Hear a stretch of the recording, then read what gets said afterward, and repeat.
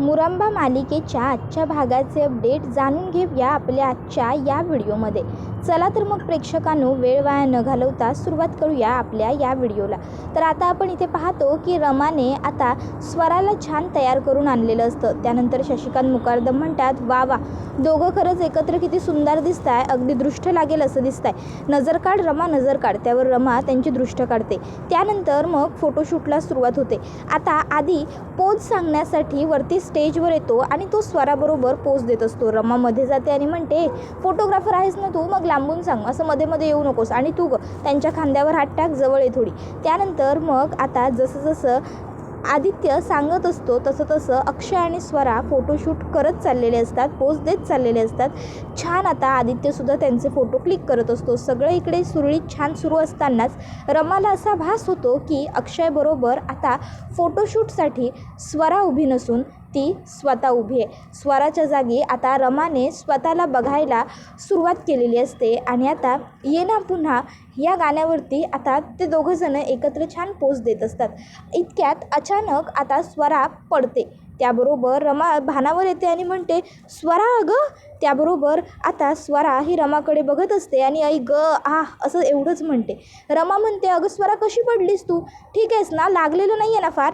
त्याबरोबर शशिकांत मुकादम म्हणतात की रमा, तुझं लग्न होत नाही आहे म्हणून तू माझ्या मुलाचं लग्न होऊ नये यासाठी हे सगळं करतेस ना. त्याबरोबर अक्षय स्वराकडे येतो, तिचा पाय बघू लागतो. तर रमा म्हणत असते, नाही असं काही नाही आहे, मी असं मुद्दामून काहीतरी का करू. त्याबरोबर अक्षय म्हणतो, बरं बास, पुरे झाला, या विषयावर वाद घालायची ही वेळ नाही आहे, काही गरज नाही आहे या फोटोशूटची वगैरे, राहून जाऊ दे हे फोटोशूट, नंतर बघू काय करायचं ते. शशिकांत मुकादम म्हणतात, अरे असं कसं, माझ्या एकुलत्या एका मुलाचं लग्न आहे आणि फोटोशूट नाही होणार त्याच्या लग्नाचं म्हणजे काय. त्याबरोबर अक्षय म्हणतो, बरं बाबा ठीक आहे, नंतर करून घेऊ फोटोशूट, काही हरकत नाही आहे, आता काय करणार मग आपण. त्यावर लगेचच स्वरा म्हणते, अरे असं कसं अक्षय, फोटोशूट तर आपल्याला आत्ताच करावं लागेल ना, काहीतरी पर्याय असेल ना फोटोशूटसाठी. त्यावर आदित्य म्हणतो, माझ्याकडे एक पर्याय आहे. नाही म्हणजे आपण ना रमाचा आणि अक्षयचा फोटोशूट करूया. रमा म्हणते, काय. त्यावर आदित्य म्हणतो, अहो ऐकून घ्या मॅडम पूर्ण, आपण तुमचं आणि अक्षयचं फोटोशूट करूया आणि त्यानंतर मी तुमच्या चेहऱ्यावरती एडिटिंग करून कटिंग पेस्टिंग करून तिथे स्वराचा चेहरा ॲड करेन, असं होऊ शकतं. त्यावर शशिकांत मुकादम म्हणतात, खरंच असं जमेल. त्यावर रमा म्हणते, नाही मला नाही करायचं हे सगळं, मी नाही करणार. त्यावर लगेचच शशिकांत मुकादम म्हणतात, अगं रमा, नाही करणार असं कसं काय बोलू शकतेस तू, तुला करावं लागेल. बाबा, आपण हे नक्की खरंच जमतं ना. त्यावर मग आता आदित्य म्हणतो, हो जमतं ना, अहो मी फॉरेनवरून करून आलो आहे फोटोग्राफी. त्याबरोबर लगेचच स्वरा म्हणते, हो मग हे बेस्टच आहे, जमू शकतं हे मग तुला. त्याबरोबर अक्षय म्हणतो, नाही मला नाही जमणार, मी नाही करणार. स्वरा म्हणत असते, रमा प्लीज कर ना गं रमा, प्लीज. त्यावर अक्षय म्हणतो, स्वरा गप, काहीही काय बोलतेस, नाही जमणार, नको नाही जमणार, नको. त्याबरोबर रमा लगेचच म्हणते, नाही जमणार, का नाही जमणार हो, काय प्रॉब्लेम आहे. अक्षय म्हणतो, अगं त्या फिलिंग्स कशा येणार, फोटोमध्ये भावना दिसल्या पाहिजे ना. त्याबरोबर रमा म्हणते, हो का, मग येतील ना, जमेल मला स्वरा, करीन मी, सॉरी हां, आणि तू पडली आहेस, सॉरी. त्याबरोबर स्वरा अक्षयकडे बघून हसते, अक्षय स्वराकडे बघून हसतो. त्यानंतर रमा म्हणते, करणार मी फोटोशूट. आणि मग रमा तिकडनं तयार व्हायला जाते. त्याबरोबर इकडे आता त्या ठिकाणी आरोही आणि तारा पोहोचतात. तर अक्षय, आदित्य आणि स्वरा हे तिघंजणं एकमेकांबरोबर बोलत असतात. त्याबरोबर आता लगेचच तारा म्हणते, काय गं बेबी डॉल, कुठे आहे तुझी आई, इथे तर फक्त अक्षय मामा आणि स्वराच दिसत आहेत, मग तुझी आई येणार नाही आहे का, इथे फक्त ह्यांचंच फोटोशूट होईल का. त्याबरोबर त्या ठिकाणी तयार झालेली रमा येते आणि मग आता आरोही म्हणते, ती काय आली माझी आई रेडी होऊन. त्याबरोबर लगेचच आता रमाचं आणि अक्षयचं फोटोशूट सुरू होतं. आणि आता फोटोशूट सुरू झाल्याबरोबर फोटोग्राफर म्हणजेच आदित्य सांगत असतो, तुम्ही आता तिच्या मागून जा, तुम्ही पुढे या, छान पोज द्या. आता हे सगळं बघून स्वरालासुद्धा छान वाटत असतं, कारण हा तिचा प्लॅन असतो आणि तिचा प्लॅन छान पद्धतीने वर्क झालेला असतो. आणि अक्षयचं आणि रमाचं आता छान असं फोटोशूट सुरू असतं. आदित्यसुद्धा खूप खुश होतो, कारण स्वरा बाजूला झाली अक्षयपासून आणि मग छान फोटोशूट चालू असतं. आता हे सगळं बघून आरोहीलासुद्धा खूप बरं वाटत असतं. आदित्य सांगतो, आता टायटॅनिक पोज द्या, तुम्ही मागून हात लांब करा, त्याच्यापुढे तुम्ही हात पुढे करा. आता नंतरनं तुमचे हात अक्षय तसेच राहू द्या, रमा तुम्ही फक्त त्याच्या छातीवरती हात ठेवा, एकमेकांकडे खाली बघा. नंतरनं तो अक्षयला पुढे घेतो, रमाला मागे करतो आणि तसेसुद्धा फोटो काढतो. मग एकमेकापासून लांब जा आणि फक्त हात पकडा एवढं सांगतो. आता हे सगळं बघून आरोहीला खूपच जास्त आनंद होतो. आरोही म्हणत असते, थँक्यू तारादी मला इथे आणल्याबद्दल. त्याबरोबर आता इकडे अक्षय आणि रमा हे दोघंजण एकत्र फोटोशूट करत असताना खुश असतात. आधी तर अक्षय नको नाही म्हणत असतो, पण खरं तर त्याच्याही मनात हेच असतं की रमाचं आणि त्याचं फोटोशूट एकत्र व्हावं आणि छान व्हावं. आणि आता त्यांच्या मनाप्रमाणे सगळं घडतसुद्धा असतं. फोटोज क्लिक करून झाल्यावर लगेचच आदित्य स्वराकडे येतो आणि स्वराला ते सगळे फोटो दाखवतो. स्वरा म्हणते, खरंच खूप छान क्लिक केलेस. त्यानंतर मग आता लगेचच आरोही म्हणत असते, तारादी खरंच माझे आई बाबा एकत्र किती छान दिसत आहेत बघ ना. तर दुसऱ्या बाजूला अक्षय आणि रमा हे फोटोज क्लिक करत असताना आता आरोही म्हणते, मी सुद्धा माझ्या आईबाबांच्या प्रीवेडिंगमध्ये दिसणार. आई बाबा अशी हाक मारत ती पुढे जातेच, पण तोपर्यंत साई येतो आणि साई अक्षयला लांब ढकलतो. अक्षय म्हणतो, साई काय प्रकार आहे हा, कुठली पद्धत आहे. त्यावर साई म्हणत असतो, काय चाललं आहे अक्षय तुझं, तुला काय वाटतंय, तू काय वागतोयस काय करतोयस ते मला कळत नसेल का. खूप झालं आत्तापर्यंत, खूप सहन केलं मी आत्तापर्यंत. तुम्हा दोघांचं छुपं नातं मी बघत राहिलो, तुम्हा दोघांना मी काही बोलत नव्हतो, पण याचा तुम्ही फायदा घेत राहिला आहे आणि आता मला हे सगळं अजिबातच चालणार नाही आहे. रमा म्हणत असते, साई हे बघा प्लीज तुम्ही एकदा ऐकून तरी घ्या. त्याबरोबर साई म्हणतो, सांगा ना काय ऐकायचं आहे तुमचं, तुम्ही तर काही बोलूच नका.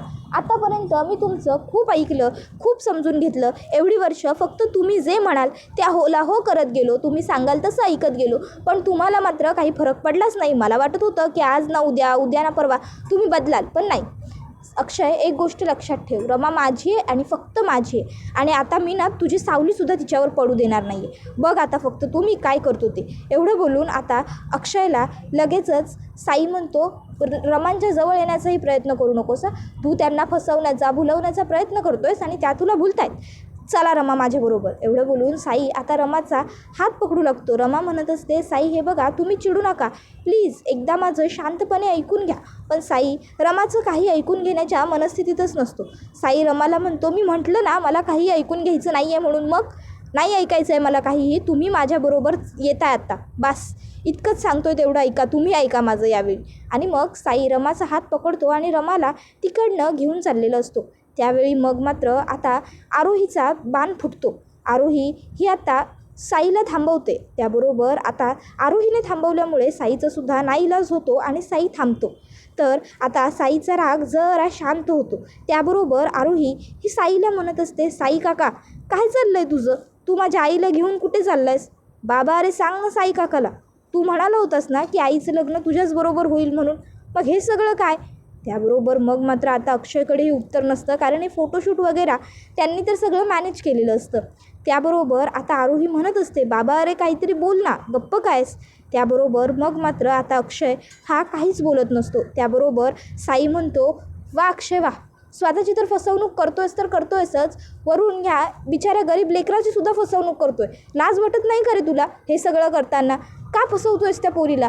आणि मग आता साई हा रमाचा हात सोडतो आणि स्वराला शांतपणे तिचे दोन्ही हात पकडून सांगतो, हे बघ आरोही बाळा, आता मी तुला जे सांगेन ते तुला नाही कळणार कारण तू लहान आहेस, पण मी इतकंच सांगतोय तेवढं लक्षात ठेव, तुझे आई आणि बाबा कधीच एकत्र नाही येणार, कारण तुझ्या बाबाचं लग्न स्वराबरोबर होणार आहे आणि तुझ्या आईचं लग्न माझ्याबरोबर होणार आहे, समजलं.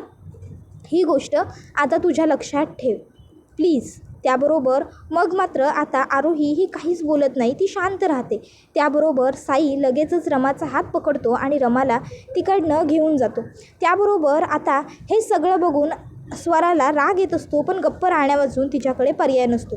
आता आरोही अक्षयला म्हणत असते, बाबा थांबव ना आईला, बाबा थांबव. पण अक्षय काहीच बोलत नसतो. अक्षय आरोहीचाच हात पकडत असतो. आरोही अक्षयच्या हाताला धक्का देते आणि पुढे रमाच्या मागे ती जात असते, पण अचानक तिला सोफ्याचा धक्का लागतो आणि आरोही खाली पडते, तिच्या डोक्याला लागतं. त्याबरोबर मग आता लगेचच अक्षय तिकडे धावत येतो. स्वरासुद्धा पटकन धावत तिथे येते. आदित्यसुद्धा येतो. शशिकांत मुकारदम येतात. आदित्य पटकन पाण्याचा ग्लास घेऊन येतो. अक्षय आरोहीला पाणी पाजतो. त्यानंतर आता तारा ही तर त्या ठिकाणून लगेचच निघते. त्याबरोबर आता इकडे आदित्य हा त्याची निघण्याची तयारी करत असताना त्या ठिकाणी स्वरा येते आणि स्वरा म्हणत असते, रमा काय करत होती इथे. नाही म्हणजे फोटोशूट तर तुझं आणि अक्षय मामाचं होणार होतं ना स्वरा, मग रमाचं आणि अक्षय मामाचं फोटोशूट का सुरू होतं इथे? आता मग मात्र स्वराला काय उत्तर द्यावं हे तर सुचत नसतं. त्यावेळी मग आता लगेचच ती विचारते, काय विचारते मी स्वरा? तुझं आणि अक्षय मामाचं फोटोशूट होतं ना, मग रमा का आली मध्ये? त्यावेळी मग आदित्यच म्हणतो, अगं स्वराच्या पायाला लागलं आणि स्वराला उभंही राहता येत नव्हतं, म्हणून मग मीच आयडिया दिली की अक्षयबरोबर आपण रमाचं फोटोशूट करून घेऊया आणि नंतर तिथे स्वराचा फोटो ॲडजस्ट करूया. मी फोटोग्राफर आहे ना, सो मला ह्या सर्व गोष्टी जमतात. त्याबरोबर लगेचच तारा म्हणते, ओ रिअली? हे असं सुद्धा करता येतं का? त्याबरोबर लगेचच आदित्य म्हणतो, हो येस ऑफकोर्स करता येतं ना, मी फॉरेनवरून फोटोग्राफी करून आलो आहे. अर्थात टेक्नॉलॉजी पुढे गेली आहे, त्यामुळे या सर्व गोष्टी मॅनेज होतच असतात. बाय द वे, तू एवढे प्रश्न का विचारतेस? त्यावर मग मात्र आता तारा गप्प बसते. आदित्य म्हणतो की खरोखर छान फोटोज क्लिक करता येतात तसे सुद्धा, आणि एडिटिंगसुद्धा अगदी फर्स्ट क्लास होतं आणि माझं एडिटिंग स्किलसुद्धा खूप छान आहे, म्हणूनच मी ही आयडिया दिली होती. पण अनफॉर्च्युनेटली हे घडलं काहीतरी वेगळं. त्याबरोबर लगेचच तारा म्हणत असते, खरंच असं करायचं होतं का? त्याबरोबर लगेचच स्वरा म्हणत असते, हो असंच करायचं होतं, पण का गं तारा, तुला काय वाटलं? आणि तुला करून घ्यायचं आहे का फोटोशूट? त्यावर म्हणते, नाही नाही आय कन्व्हिनियंट. त्याबरोबर लगेचच स्वरा म्हणते, नक्की कन्व्हिनियंट आहेस ना तू या उत्तराला? नाही, इफ जर नसशील तर मग आपण तुझंही फोटोशूट करून घेऊ. आदित्य खूप छान फोटो काढतो, हो ना आदित्य? त्यावर लगेचच ती म्हणते की नाही नको, खरंच काही गरज नाही आहे. त्यावर स्वरा लगेचच म्हणते, नाही काढायचे आहेत ना तुला फोटो? मग झालं आपलं काम, आदित्य निघा. त्याबरोबर आदित्य तिकडनं जाऊ लागतो. त्यानंतर आता इकडे स्वरा ही आरोहीच्या डोक्याला पट्टी वगैरे लावून देते आणि आता ती आरोहीला म्हणत असते, आरोही बाळा अगं आता हास ना, अशी नको ना उदास बसू. त्याबरोबर अक्षय हा सुद्धा आरोहीला जवळ घेतो. त्याबरोबर आता लगेचच आई आजी म्हणतात, आता पुरे झालं बाबा अक्षय, बस हे सगळं ना आता नको वाटतंय. आता ना तू खरोखर लांब हो एकदाचा रमापासून, वेगळे व्हा, तुम्ही व्हा सेपरेट आणि करा एकदाचं सगळं मोकळं. त्याबरोबर शशिकांत मुकारदम म्हणतात, अरे काय बोलतेस तू हे आई? ते सुद्धा आरोहीसमोर. आई आजी म्हणतात, काय चुकीचं बोलते रे मी? जे काही घडतंय ते तिच्या समोरच घडतंय ना, तिला दिसतंय ना सगळं. मग आणि मी काही चुकीचं बोलत नाही आहे, बाद झालं आता हे सगळं. किती दिवस हे सगळं सुरू ठेवणार? रोजचं तेच तेच तेच तेच. त्याबरोबर अर्थासुद्धा म्हणते, अक्षय काका म्हणजे रमा काकू पुन्हा कधीच घरी नाही येणार का? त्याबरोबर मग लगेचच आई आजी म्हणतात, नाही येणार आहे ती रमा परत घरी. काय चाललं आहे हे सगळं तुम्हा सगळ्यांचं? सोडून द्या त्या रमाचा नाद. त्याबरोबर शशिकांत मुकारदम म्हणतात, आई अगं काय चाललं आहे तुझं? काय बोलतेस तू? हे तुझं तुला तरी कळतं आहे का? त्यावर मग आता लगेचच स्वरामध्ये बोलते. ती म्हणत असते, सॉरी ॲक्च्युली हा तुमच्या घरातला विषय आहे, मी यात नको पडायला, पण आता कुठेतरी जाऊन मी विषयाचा भाग बनले, त्यामुळे मी फक्त एवढंच बोलते की हे बघा, तुम्हाला सगळ्यांना अक्षयची चूक दिसते, पण तुम्हाला त्याचं खरं प्रेम का दिसत नाही आहे? तुम्हाला तो स्वतःचे लग्न वाचवण्यासाठी जे प्रयत्न करतोय ते का दिसत नाही आहेत? एखाद्या वेळी जर फक्त अक्षयचं रमावर प्रेम असतं आणि रमाचं अक्षयवर प्रेम नसतं ना, तर मी सुद्धा तुमच्याच बाजूने बोलले असते, मी सुद्धा तुम्हीच बरोबर आहात असंच म्हटलं असतं. पण रमाचंही अक्षयवर प्रेम आहे ही गोष्ट आपल्याला सगळ्यांना दिसते, फक्त ती ते कबूल करत नाही आहे ना. मग आपल्याला प्रयत्न सोडायला नको. अक्षय हे बघ, मी तुला प्रॉमिस करते, तुझं आणि रमाचं नातं टिकवण्यासाठी, तुमचं नातं वाचवण्यासाठी तुला जी काही मदत लागेल, मला जे काही करता येईल ते सगळं मी तुझ्यासाठी करेन. मी तुम्हा दोघांसाठी सगळं करेन अक्षय, काळजी करू नकोस. मी ह्या लढाईत तुझ्याबरोबर आहे. तुला आणि रमाला एकत्र आणण्यासाठी मी 100% प्रयत्न करेन. आता हे ऐकून अक्षयलासुद्धा जरा बरं वाटतं, त्याला धीर येतो आणि मग तो आता स्वराला थँक्स म्हणतो. त्यानंतर आता आरोही ही देवाकडे प्रार्थना करत असते की देव बाप्पा, आता तूच माझी हेल्प कर. माझ्या आईबाबांना मला एकत्र आणायचं आहे, त्यासाठी तूच मला काहीतरी आयडिया सुचव. माझे आईबाबा एकत्र आलेच पाहिजे, काहीही कर, पण मला काहीतरी आयडिया सुचव ना. आता देव काय आयडिया सुचवणार? आरोही तिथे फक्त उभी राहून बोलत असते. इतक्यात मागून स्वरा चाललेली असते आणि स्वरा आरोहीचं बोलणं ऐकते. त्याबरोबर आरोही हिला स्वरा सांगते, देवबाप्पा त्यांचीच मदत करतो जे स्वतःची मदत करतात. त्याबरोबर आरोही म्हणते, स्वतःची मदत म्हणजे नक्की काय म्हणायचं आहे गं तुला स्वराताई? त्याबरोबर स्वरा तिला सांगते, आरोही जो लढतो ना देव बाप्पा त्याची मदत करतो आणि जो हार मानतो त्याची नाही करत. त्याबरोबर मग स्वरा म्हणते ठीक आहे, आईबाबांना एकत्र करण्यासाठी मी सुद्धा लढेन, जे करावं लागेल ना ते करेन, पण मी माझ्या आईबाबांना पुन्हा एकत्र आणेन खरंच.